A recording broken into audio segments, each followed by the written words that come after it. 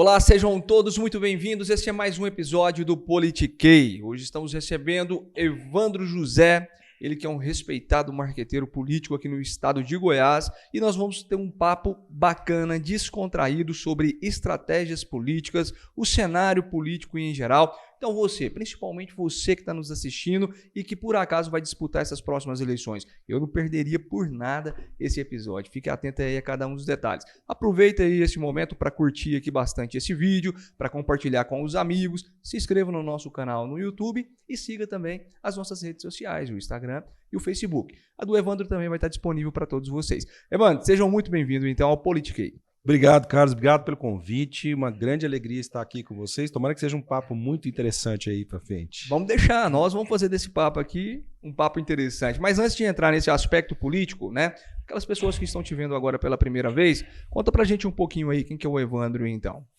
Eu sou Evandro José, sou publicitário, sou formado pela Universidade de Brasília, tenho pós-graduação na área de marketing, né? E acabei me especializando em marketing político. Sim. Temos aí já uns aninhos de experiência, né? Já são várias campanhas, são 20 anos já de profissão, né? Que estão trabalhando ativamente em todas as esferas, tanto para vereador, majoritário, proporcional, de todos os lugares. E viemos trabalhando, construindo mesmo, aprendendo todos os dias, né? Uma campanha há 20 anos atrás totalmente diferente das campanhas, dos meios, das linguagens de hoje. Sou casado, tenho 4 filhos e estamos aqui no mercado, residente na cidade de Goiânia. E conversávamos, inclusive, aqui no Bastidores, a respeito desse teu lado cristão, né? O Evandro, você participa, né, de um movimento bacana aqui em Goiânia. Você pode falar um pouco sobre isso? Isso, faço parte dos Guardiões do Amor Maior, né? Que é um movimento que quer fazer da cidade de Goiânia a cidade que mais ama no mundo, né? Nós queremos ser fonte de amor para o mundo, né? Essa é a nossa ideia. É um movimento de voluntários que tem várias frentes, né? Nós trabalhamos com moradores de rua, com assistencialismo na parte de cestas básicas, distribuindo para as pessoas carentes, trabalhando em empresas, trabalhando em hospitais. Temos várias frentes. Que legal. E temos também o acampamento corporativo, que é uma formação muito profunda para profissionais, para a parte empresarial. Somos muito vinculados com essa parte do empreendedorismo, das pessoas que querem construir o reino de Deus aqui na Terra. Entendi. Parabéns mesmo, viu, Evandro? É bacana ver essas iniciativas aqui por parte de empresários, né, e a comunidade em geral, principalmente a cristã. Evandro, mas já vamos falar de um assunto bacana aqui, que todo mundo está curioso aqui para saber aqui de algumas coisitas mais sobre a sua vida, né? Mas me diz uma coisa, de todas as campanhas que você já fez até agora, você pode me citar talvez a mais complicada, aquela campanha ali que foi um desafio muito grande, e explicar a história dessa campanha pra gente? Aquela que você achou que talvez queria perder, mas enfim... Uma vitoriosa, né? De preferência. vamos dar preferência para as vitoriosas. Eu fiz todas as campanhas do deputado Francisco Júnior até hoje, né? Sim. Desde de vereador, depois eu fui até inclusive diretor de comunicação quando ele foi presidente da Câmara de Goiânia. Logo no início, né? Logo da caminhada no início dele da ali caminhada. como político, né? Acho que a caminhada dele como político também coincide um pouco com a minha caminhada, Sua né? história com a dentro minha desse história dentro da política. E a gente acabou construindo uma história juntos. Certo, né? certo. No meio do caminho, teve a reeleição de candidato a deputado estadual, foi um grande desafio, porque... Certo. Já um político já experiente, com mandato. Isso, e ele estava numa época que a gente estava vivendo um período de transição na parte de educação, e era do mesmo grupo do secretário Tiago Peixoto, que fez uma revolução na educação no estado. Ele levou os índices do IDEB lá para cima, só que para isso tomou medidas muito impopulares. Certo. Então eles fizeram lá, o sindicato dos professores criaram lá os inimigos da educação, e aí colocou ele lá no meio, porque ele foi relator do projeto na Assembleia. Essa foi uma campanha extremamente desafiadora, mas que, graças a Deus, deu tudo certo no final, conquistamos o pleito, foi vitoriosa, e mesmo com todas as intempéries, mesmo com toda a guerra, a gente conseguiu vencer. Explica pra gente, então, um pouco mais sobre esse seu trabalho. O que um marqueteiro, político, estrategista, né, faz essencialmente dentro de uma campanha? Tem muita gente que pensa que é a pessoa que às vezes fica só sentada imaginando as coisas, né, criando aqui algum tipo de material engraçadinho ou então polêmico, Mas não, né? É um assunto muito mais sério, né, Evandro? Ali O estrategista na área de política, ele funciona da mesma forma que o planejamento na área de publicidade. O que a gente faz? A gente faz um diagnóstico da situação, a gente entende o que é, vamos pensar como se fosse um médico, né? Sim. Ele pede ali os exames, que no nosso caso seriam as pesquisas qualitativas, pesquisas quantitativas, para a gente entender qual é a situação, tanto externa como do próprio candidato, Sim. a situação partidária, de tudo. E a partir desses dados em mãos, a gente vai tomando iniciativas, desenvolve um plano de ação, um plano estratégico mesmo, para atuar de acordo com aquilo que a gente tem naquele exame. Então, se o exame está apontando que a gente precisa tomar tal remédio, a gente vai lá e dá a dose certa e oferece o jeito certo para atuar naquela situação. Só que ao invés de curar uma doença, a gente ganha eleições, né? A gente faz o trabalho para tentar conquistar esse pleito. Existe nos últimos anos aí no Brasil, uma tentativa muito grande de deturpar a figura do marqueteiro político, né? Sim. Porque igual todas as profissões, tem os bons e tem os maus, né? Alguém já teve muito candidato, falou, olha, você fala isso que vai dar tudo certo, só que não era mentira, né? Então, cada um escolhe os meios que trabalha, né? Tem também a parte iraquiana que a gente fala, né? Tem equipes contratadas, igual a gente tem aí no Brasil, o Gabinete do Ódio, né? Sim. Dizem que existe, né? A gente não sabe, né? Ou sabe, mas não pode provar. Que é feito só para denegrir, só para fake news, só para isso também é real, isso também existe, né? E também é o lado ruim da profissão, negro, né? Eu não vou falar negro, que já não é mais condizente. É verdade, mas, né? assim, Já não é mais politicamente correto.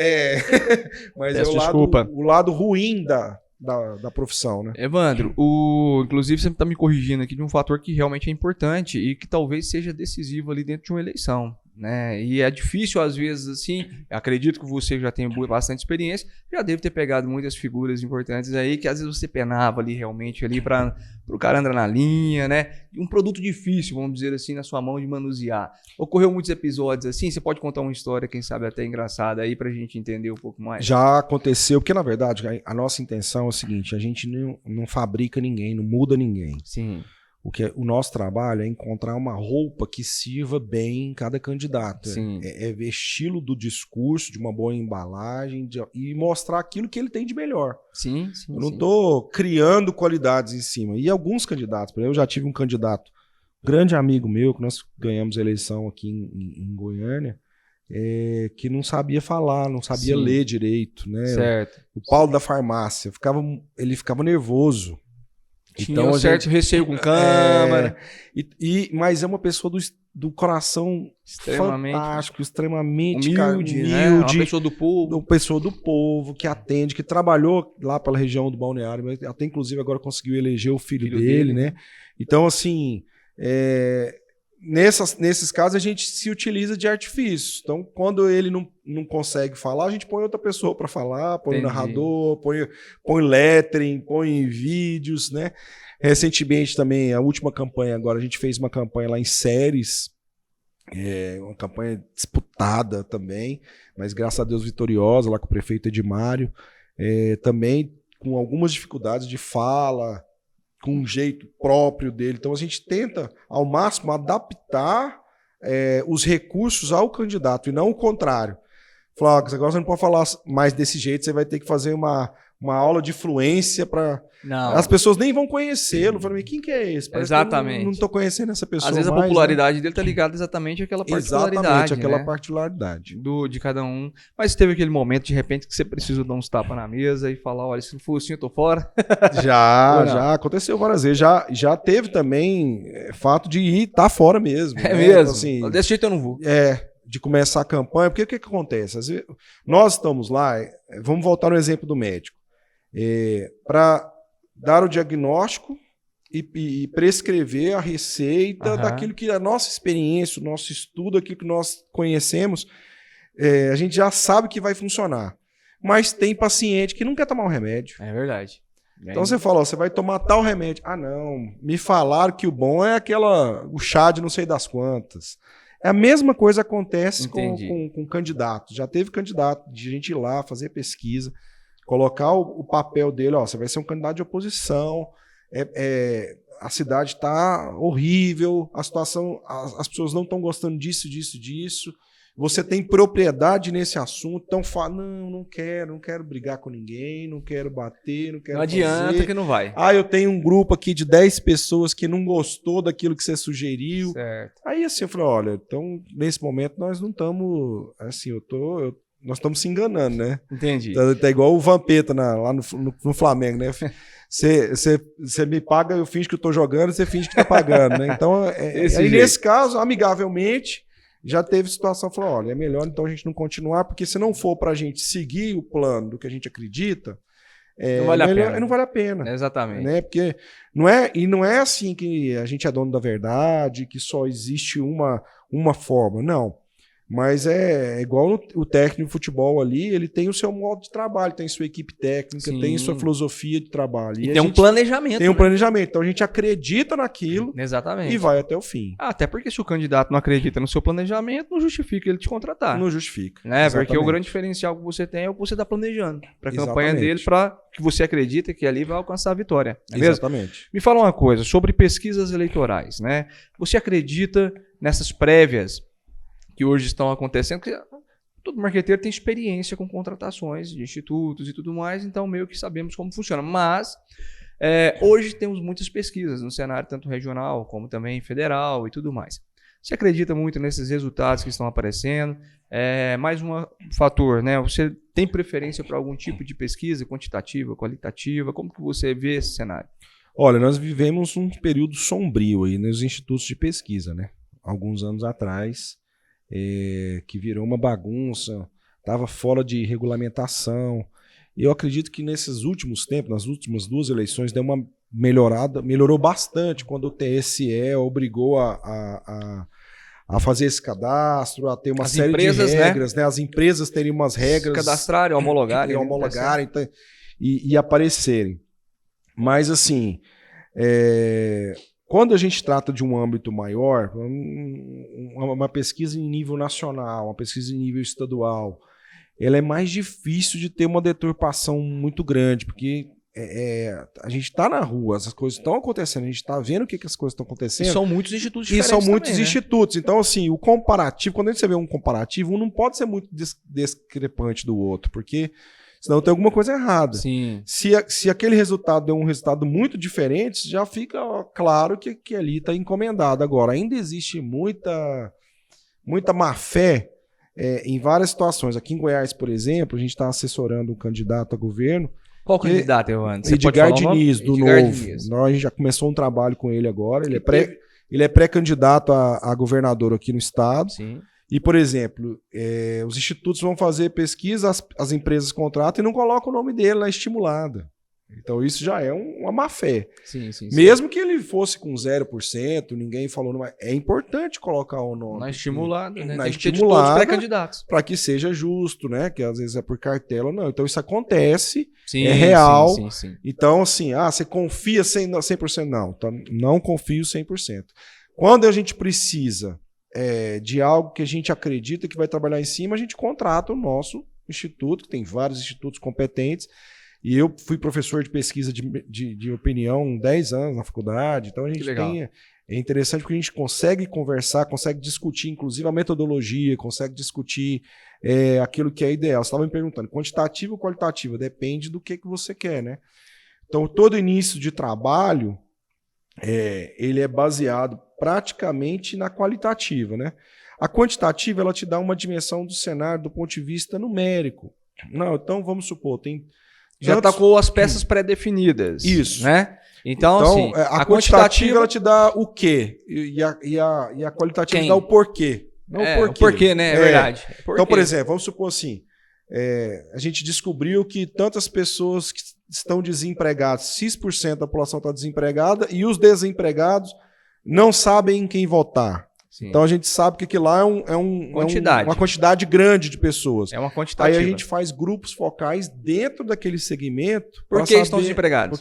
Não porque eles estão desempregados, mas porque eles não querem votar. Sim. Ou quais seriam os fatores que influenciariam numa decisão de voto. Já entendi. Entendeu? Então, assim, as duas sempre andam juntas. As qualitativas, elas nos ajudam a definir a imagem, nos ajudam a definir um posicionamento. O que é o posicionamento? É o jeito que o candidato quer se portar. Sim. Eu me visto de um jeito e quero que você tenha uma impressão de mim. Sim, sim. Mas às vezes a impressão que você está tendo de mim é totalmente diferente daquela que eu quero que você tenha. Exato. Então a imagem é o que eu quero, o posicionamento é o que eu quero que você pense. E imagem é o que você pensa de mim. Sim. E onde o marketing entra? Na definição do posicionamento e na forma correta de colocar esse produto para que você entenda exatamente aquilo que eu quero que você entenda. E também uma questão muito importante dentro do marketing, além desse posicionamento por parte dos candidatos, que é muito importante, tanto na imagem, quanto tema, quanto tudo, né? Quando fala em posicionamento, nós estamos falando realmente ali de um posicionamento de um produto no mercado. Como as pessoas vão ver, né? A imagem que ele vai transmitir e tudo mais. Mas também tem a questão da comunicação, que eu acho que talvez seja uma das grandes falhas de a maioria dos candidatos, né? Às vezes até tem um tema relevante, às vezes até quer falar de uma maneira realmente sincera com o público, mas a comunicação muitas vezes falha. Esse é um grande desafio realmente, Evandro? Ou não? É um desafio grande, porque normalmente é uma tendência de como você se comunica com pessoas que você se identifica, você vive praticamente numa bolha. Sim. Então é uma tendência você sempre achar que aquela bolha é o que está correto. Sim. Sendo que existe um universo gigantesco de outras pessoas, outras linguagens, outros segmentos para você trabalhar. Então essa comunicação ela precisa ser muito inteligente e assertiva e rápida. Hoje muito rápido. De uma maneira que o público entenda. Entenda, tem que ser numa linguagem muito simples, uma linguagem firme e que as pessoas entendam. Muitos candidatos, eu vejo hoje em dia, muitos candidatos cultos demais, muito estudados, que na hora de falar, falam bonito, mas ninguém entende nada. Às vezes a mensagem é boa, né? A mensagem é boa, mas ela não é entendida. Né? Isso vale tanto para aquilo que é verbalizado, como para aquilo que não é verbalizado. Então até a linguagem cinematográfica, linguagem publicitária, linguagem gráfica, tudo isso remete ao posicionamento que a gente está definindo com um determinado candidato. Existe campanha sem dinheiro? Existe. Agora uma pergunta também difícil, né? Porque você está assessorando aí um candidato, já nos falou aqui que não vai trabalhar com fundo partidário. Mas existe, então? Você acredita nesse tipo de campanha? Eu faço 3 perguntas, né? As 3 perguntas iniciais para o candidato. Quando a gente vai primeiro café, primeira entrevista. Sim. A primeira é se ele tem base eleitoral. Certo. Porque quanto maior a base eleitoral, mais barato vai ficar. E a sessão é mais fácil. E né? a sessão é mais fácil. O segundo é se o cônjuge está de acordo. Porque se não tiver, vira um inferno a vida da pessoa. Até porque não para em casa. Não para em casa, ele vai ter que... Não, e é um inferno de uma maneira geral. E afeta, né? com certeza, a vida dos familiares todos. Afeta o pensamento, a paz de espírito, tudo. Então, se eu já falo, ó, seu companheiro e a companheira não quiser, melhor largar a mão desse negócio, certo. Porque nós vamos ter um problema na frente. E o terceiro é sobre os recursos. E aí eu mudei de dinheiro para recurso, porque às vezes não tem dinheiro, mas tem recurso. Então o que é recurso? Imagina, a gente tem aí uma produtora à nossa disposição. Certo. Que foi fruto de uma doação, ou meu parente tem uma produtora, e isso é um recurso. Claro. Então a gente não sabe. Claro que a gente vai avaliar se ela está preparada para atender ou não, se tem qualidade ou não, mas aquilo lá nós temos como recurso. Sim. Então, tem campanha sem dinheiro? Tem campanha sem dinheiro. Eu acredito. Mas não tem sem recurso. Mas não tem sem recurso. Perfeito. Já ficou claro que o entendimento, então. Porque você diferenciou o dinheiro do recurso. Exatamente. Eu consigo fazer uma campanha sem dinheiro, mas sem recurso. Sem recurso, não. Agora, esses recursos, ele é captado de formas diferentes. Então, por exemplo, quando você pega estruturas de campanha mais ideológicas, elas têm mais doador de trabalho, de serviço. Então, você vê frentes de esquerda, por exemplo, um trabalho bonito que tem no Rio de Janeiro, do PSOL do Rio de Janeiro. É um trabalho de forte voluntariado, de forte liderança.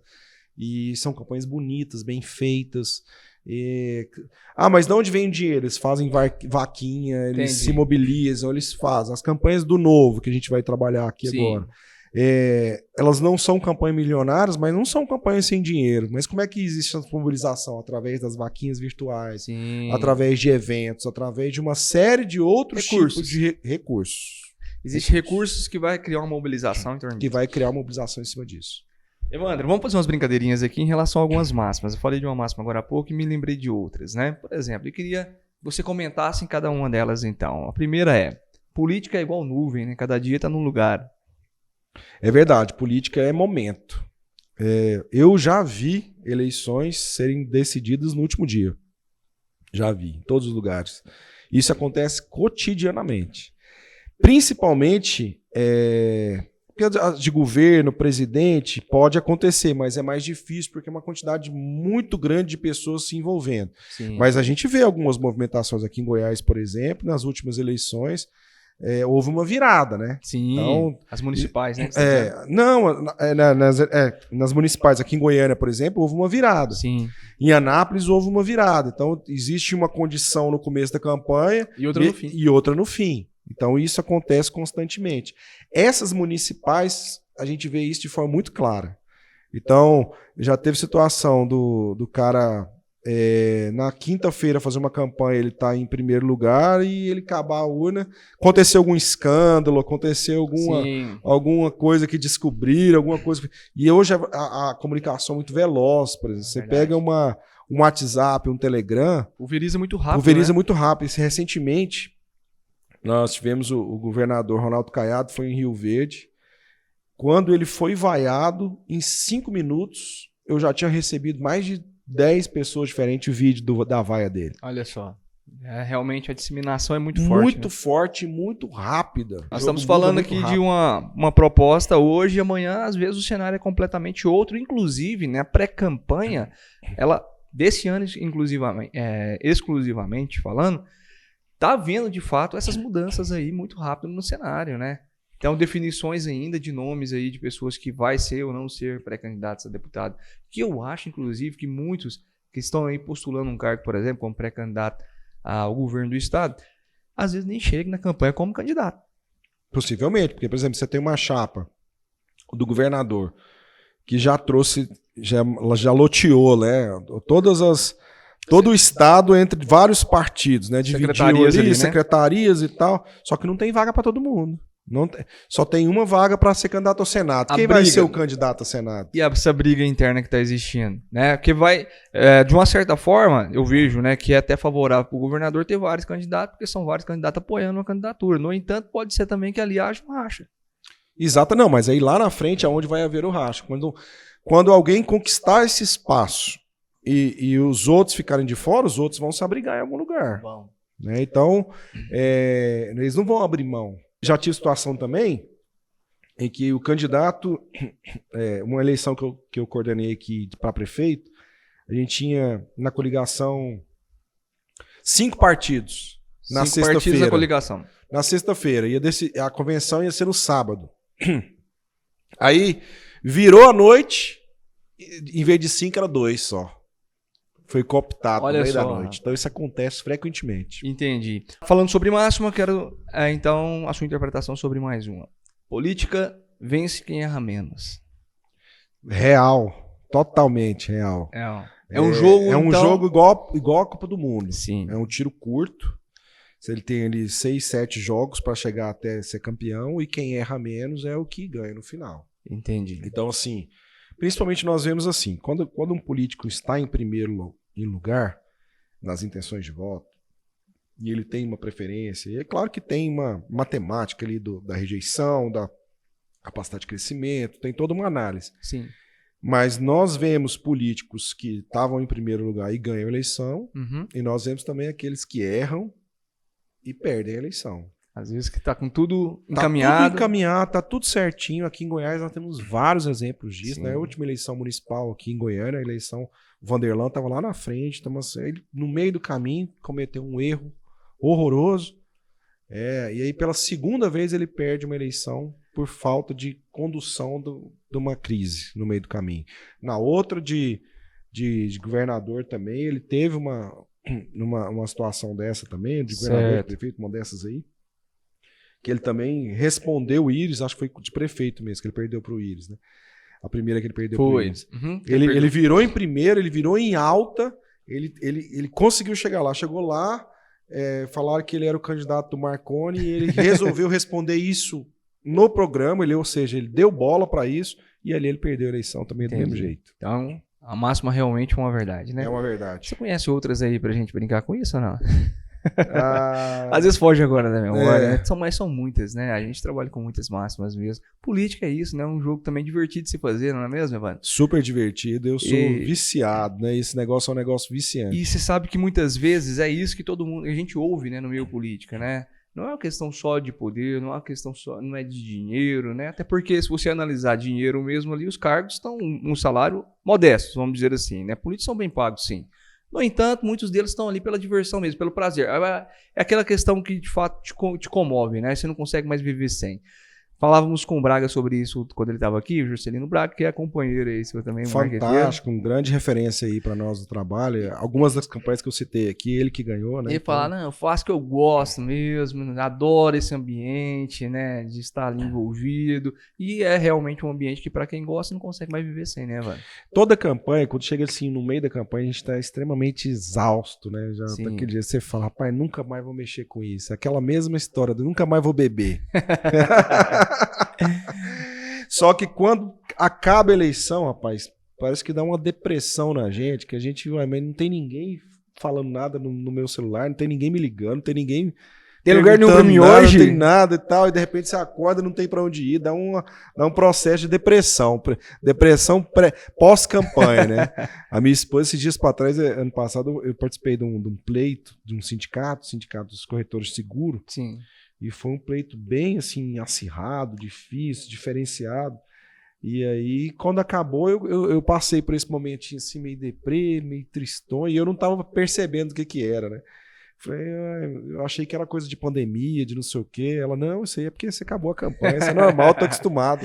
É verdade mesmo. Mas vamos falar um pouco sobre eleições, então. Queria ver a sua opinião a respeito aí. Vamos começar aqui por um cenário mais regional, né? Como que você tá vendo esse desenho que tá se criando, né? Nós temos aí o Caiado tentando uma reeleição, com seus erros e com seus acertos, mas está à frente das pesquisas. Nós temos logo atrás ali o Gustavo Mendanha, depois inclusive o Marconi Perillo aparecendo nas espontâneas, né? Nas espontâneas, inclusive, o Marconi Perillo aparecendo, né? Isso e realmente é até uma surpresa para você ou não? Não, não é surpresa não, porque são muitos anos, né, que ele tá aí com um recall muito grande, de 20 anos de comando do Estado. Passou, inclusive, por um desgaste muito grande na cash delivery, né? Que inclusive processos estão sendo arquivados agora. Isso aí você vê que realmente há possibilidade dele reverter esse jogo, vir como candidato ao governo do Estado?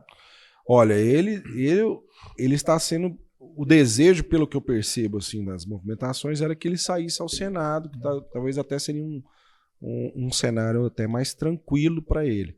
Mas ele tem ânsia, né, dessa polarização com o Ronaldo Caiado. Né? Sim, existe uma rixa aí.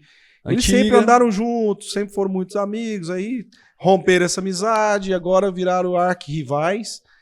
E eu percebo assim, um sangue no olho para essa polarização. Isso pode motivar o ex-governador a se candidatar. Né? Vamos falar de estratégia, então, que a gente está sabendo pelos bastidores, né, e tudo mais. Então vamos dar pitaco na vida dos outros aqui.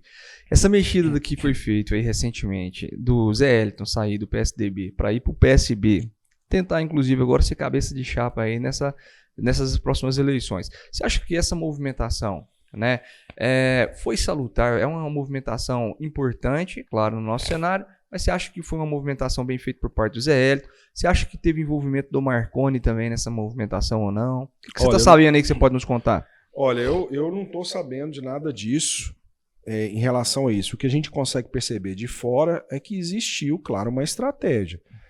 Assim, e olhando como estrategista, que estratégia foi essa? A estratégia foi que o Lula precisa ter um palanque em Goiás e para conseguir fazer uma junção, uma coalizão de partidos que estão aí mais tendendo para a esquerda, surgiu a mesma movimentação que foi feita no nacional, inspirou também um rumo aqui regionalmente. Então, o Geraldo Alckmin deixou o PSDB para se Uhum. filiar ao PSB e entrar na chapa do Lula, da mesma forma, o Zé Hérito vislumbrou essa possibilidade de acontecer isso regionalmente.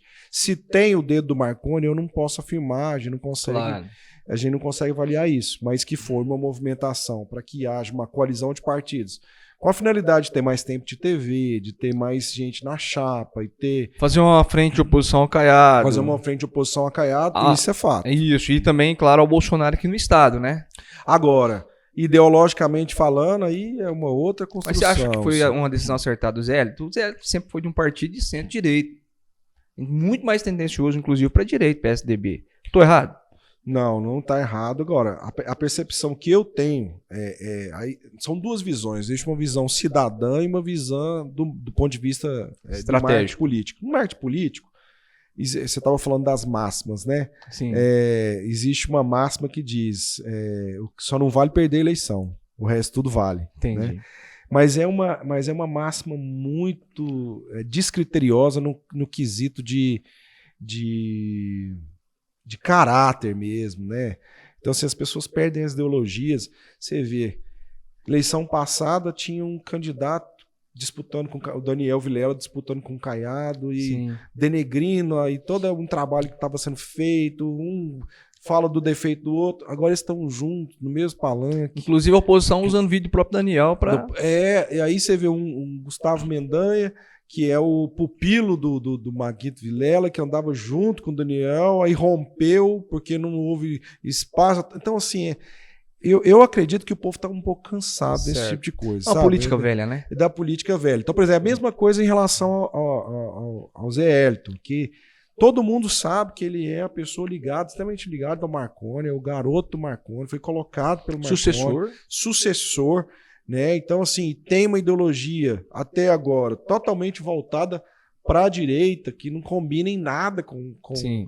Mas por uma oportunidade, surgiu uma oportunidade que pode ser interessante politicamente em vários critérios, ele desembarca do navio e toma outro rumo. Então, assim, isso do ponto de vista das pessoas, de quem está observando, Pega mal. Pega mal. Inclusive, a mexida que foi feita, que você citou, do próprio Daniel, pegou mal, né? É a máxima que você acabou de citar, né? Vale tudo menos perder a eleição. Vale tudo menos perder a eleição. Então, assim, é o princípio de Maquiavel, né? Os fins justificam os meios. Então, assim, isso é muito questionável. Mas hoje a população mais bem informada consegue analisar essas movimentações. Antes, às vezes, não, mas hoje consegue, porque, como você mesmo disse, dissemina muito rápido a informação, a oposição age muito rápido também diante dessas mexidas, e a população, por sua vez, claro, julga de uma maneira também, com certeza mais ponderada, essas movimentações que existem, não é verdade? O grande problema é que o sistema político brasileiro ele ainda propicia assim, algumas manobras que dificultam demais o desenvolvimento do país no sentido da coerência política. Sim, sim, sim. Porque, por exemplo, se a gente pensar no fundo eleitoral, então se eu juntar mais partidos comigo, vem mais dinheiro para minha campanha. Sim. Então isso não pode ser um critério de decisão. Eu já tive em várias eleições, eu conheço agenciadores de partido, Carlos. É mesmo? Como é que funciona esse agenciador de partido? O que é um agenciador de partido? O cara se torna presidente de um partidinho pequenininho numa eleição municipal, que vai ter ali 30 segundos de televisão, 10 segundos de televisão. Ele começa a barganhar. Quanto você vai me dar para eu entrar na sua coligação? Não, eu quero 200 mil, 100 mil, 300 mil. Eu já vi isso acontecer, que vai direto pro presidente. Ou às vezes ele ainda tem pelo menos uma delicadeza de falar, não, faz uns materiais aqui para os meus candidatos a vereadores. Entendi. Isso é uma coisa totalmente... comum de se ver. Comum de se ver e assim, muito ruim. Isso prejudica o processo. Prejudica demais o processo. Muito bandido, atrai os bandidos, sabe? Atrai gente interesseira, atrai gente que não tem o menor interesse em construir o Estado, as cidades, o Brasil, e aí a gente vai se afundando. Já entendi. Evandro, aproximando já aqui do final do programa, eu queria saber a sua opinião a respeito do governador Ronaldo Caiado. Se você fosse hoje o marqueteiro do Caiado, o que você falaria para ele? Onde ele está acertando, onde ele está errando? Em marketing, uma estratégia. Vamos dizer agora o Caiado, não como governador, mas como candidato, pré-candidato à reeleição. O Caiado ele sofreu ultimamente aí quando a gente fala de pesquisas, né, é muito delicado, porque você pega nós estamos conversando agora no começo de maio. Sim. Se a gente pegar uma pesquisa de 4, 5 meses atrás, a gente estava vendo um declínio do presidente Bolsonaro, né, nas intenções de voto, e, consequentemente, todo mundo que estivesse junto dele estaria declinando. De uns 5 meses para cá, ele começou a reagir nas intenções de votos, melhorar a percepção da qualidade do governo e tal. Então, o Caiado, por exemplo, ele se perdeu nesse processo. Uhum. Porque ele estava junto do governador, do presidente Bolsonaro, aí a pesquisa disse que ele estava declinando, não, então eu não quero mais, agora nós não estamos mais juntos. E aí começou a construir uma outra perspectiva, de uma outra visão de independência. Aí agora o Caiado começou a reagir, aí ele quer se aproximar de novo. Então, se eu tivesse na equipe, a primeira coisa que a gente precisa ter é convicção naquilo que a gente crê. Tem um lado definido. Tem um lado definido. Em cima do muro, leva em cima do tiro muro dos dois lados. Dos dois lados. Então, assim, olha, mira onde o senhor quer chegar e vai. Porque, na minha opinião, ele independe totalmente de uma eleição presidencial. Mas é forçar a barra para virar amigo de novo numa situação como essa, de repente até vislumbrando, por exemplo, tirar o palanque do Gustavo Mendanha ou de outro partido, que é do Major Vitor Hugo, né? Sim. Que eu não duvido nada, até que tenha sido uma sugestão do Caiado, né? Que o Major Vitor Hugo pudesse vir, até para prejudicar também o Gustavo Mendanha. Mas, assim, manter a coerência. O governador, que tem um posicionamento tão firme muitas vezes, né, ele aprendeu a ser oposição, mas situação ele ainda está aprendendo bastante, né? Foi muito bem definido. Ele sabe muito bem ser oposição, porque foi oposição durante muitos anos. Combatente, né? Forte, lutador, guerreiro, mas na hora da situação de ser governo, de ser janela, aí ele está aprendendo. Está aprendendo. Teve grandes dificuldades no governo. E agora também ele precisa manter as convicções, porque as pessoas percebem isso. Isso demonstra uma fragilidade. É verdade. Né? Então, isso é importante de ser cuidado nesse momento, nessa altura do campeonato. Rapidamente, então, sobre o Major Vitor Hugo, que é pré-candidato também ao governo, com apoio do presidente Bolsonaro. O que seria ali, então, o seu alinhamento político, né, em termos de estratégia para essa campanha que ele está se iniciando agora e pretendendo concorrer? O Major Vitor Hugo é uma pessoa de fora, né? Ele nem é de Goiás, né? A gente nem conhecia o Major Vitor Hugo até 4 anos atrás. Acho que ele casou com alguém, transferiu o título de eleitor dele lá para Formosa, alguma cidade ali do entorno. Ele é do Rio de Janeiro. E aí ganhou essa eleição pelo partido, que o delegado Valdir teve muito voto, carregou ele, que foi eleito deputado federal com 30 mil votos, né? Na onda do Bolsonaro, e como era uma pessoa próxima do presidente, acabou se tornando uma liderança no governo. Agora a gente tem que avaliar até que ponto isso vai se refletir no Estado. Porque, você acha que a composição que está sendo feita hoje, né? A escolha do Wilder, por exemplo, para concorrer a senador ali na chapa do Major, não foi definido aí numa vice, né? Mas já tem um nome forte que é o do Wilder, já foi senador, inclusive, é um grande empresário aqui no Estado, e para apoiá-lo. Existe ali aquela briga dentro do PL, né, com o presidente, que era o Flávio, que está havendo também essa transição e tudo mais.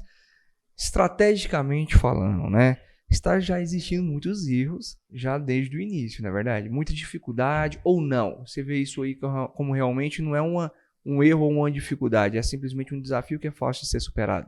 No caso dessa chapa que você está falando? Da formação da chapa, dessa divisão que está existindo ali, o partido rachado literalmente ali dentro, ali, uma parte que tentando apoiar Essa questão do partido, esse racha, ele veio na verdade do nacional, porque a partir do momento em que o próprio presidente Bolsonaro entrou no partido, ele trouxe com ele uma comitiva. Sim. Então, inchou, né? Então, não tem cadeira para todo mundo. Sim. Então, os que vieram quiseram ocupar os seus espaços. Claro. E esse racha é um racha que é também, infelizmente eu digo, né? Mas é um racha cotidiano na política de uma maneira geral. Esse racha eu não vejo que prejudique em nada na parte da composição de chapa. A postura do candidato, então, facilitando a pergunta, está certa hoje como ele está se posicionando como pré-candidato? A postura do candidato, assim, ninguém sabe quem é o Major Vitor Hugo, ele só sabe que ele é o menino do Bolsonaro. Assim, e ele deve permanecer nessa estratégia até o final. Entendi. Por quê? Porque nós estamos vivendo um período político muito delicado, de extremos, né? Certo. Então nós temos lá, eu faço uma conta assim, que deve ter 15% de extremistas de esquerda e 15% de extremistas de direita. E sobram aí, o restante fica ali no meio para ser conquistado pelos extremistas de um lado e pelos extremistas de outro. Certo. Né? Então, assim, 30% dentro de um ecossistema, 30% dentro do outro e os outros 30% que realmente não estão em lugar nenhum. E o Brasil não conseguiu construir uma terceira via. Então, a vinda do Major Vitor Hugo, até pelas armas que eles têm, né?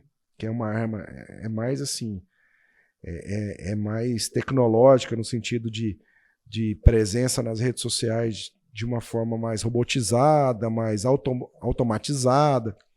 Ele deve trazer isso para essa campanha também. Então, e a influência do presidente vai determinar o rumo dele. Ele não faz absolutamente nada que não seja de acordo com o presidente Bolsonaro. Perfeito. Isso está certo ou está errado? É só o tempo que vai dizer. A gente não sabe até que ponto isso vai ser assertivo ou não? Assertivo ou não, mas pode dar certo, pode dar errado. Então... Entendi, perfeitamente. Ô Evandro, o bate-papo foi muito legal. Infelizmente, nosso tempo é muito curto, né? Queria te convidar depois, às vezes, para a gente continuar esse papo aqui, que é muito salutar, interessante aí, principalmente para as pessoas que pensam, né, em pleitear uma vaga. Inclusive, agora eu queria que você deixasse um recadinho para essas pessoas, né, que vão, inclusive, concorrer a algum cargo eletivo, né, e talvez uma dica, quem sabe, né, ou preste atenção em detalhes, né. Fica à vontade aí, Evandro, para falar com o seu público. A dica que a gente tem agora, assim, a campanha é muito curta. Então a gente não chama mais. A campanha já é a nossa reta final. Antigamente a gente falava que a campanha tinha começo, meio e tinha uma reta final. O período eleitoral agora já é a reta final. Então o que eu tenho para dizer para quem vai postular é que a campanha já começou. A campanha já está. Não pode pedir voto diretamente, não pode falar o número, mas pode se posicionar, pode se apresentar, pode falar as suas ideias. Deve fazer isso de uma forma insistente nas ruas, nas reuniões, com as pessoas, com a mobilização. Então já começou a campanha. Quem não está fazendo está perdendo tempo. Então é hora de agir realmente, né? Não perder mais tempo, fazer a melhor composição possível que puder fazer nesse momento, né, Evandro? Exatamente. Procurar realmente, então, vamos trocar a palavra dinheiro por recursos, né? Procurar recurso. Você não tem dinheiro, procura recurso. Ah, mas eu não tenho quem faz para mim as minhas redes sociais. Eu não consigo pagar. Então vamos encontrar uma pessoa que é conhecido, que consegue viabilizar. Isso aí. Mas essas pessoas precisam ser convencidas, né? Sim. Você não vai trabalhar de graça sendo a única fonte de renda que você tem. Então a pessoa precisa ser convencida ao ponto de falar, cara, eu gosto tanto desse cara que eu vou fazer campanha por ele. Eu acredito no seu projeto. Eu acredito no seu projeto. E a ideia nossa, nós estamos fazendo um trabalho agora com o Partido Novo, que é uma filosofia totalmente diferente, que eu estou extremamente encantado com um jeito novo de fazer política. Entendi. Que é dispensando o fundo eleitoral, fazendo campanhas com zero dinheiro. Então nós vamos fazer visitas nas cidades, ao invés de procurar as lideranças políticas, que é o que normalmente todos os candidatos fazem, a gente quer procurar as lideranças do povo mesmo, as pessoas.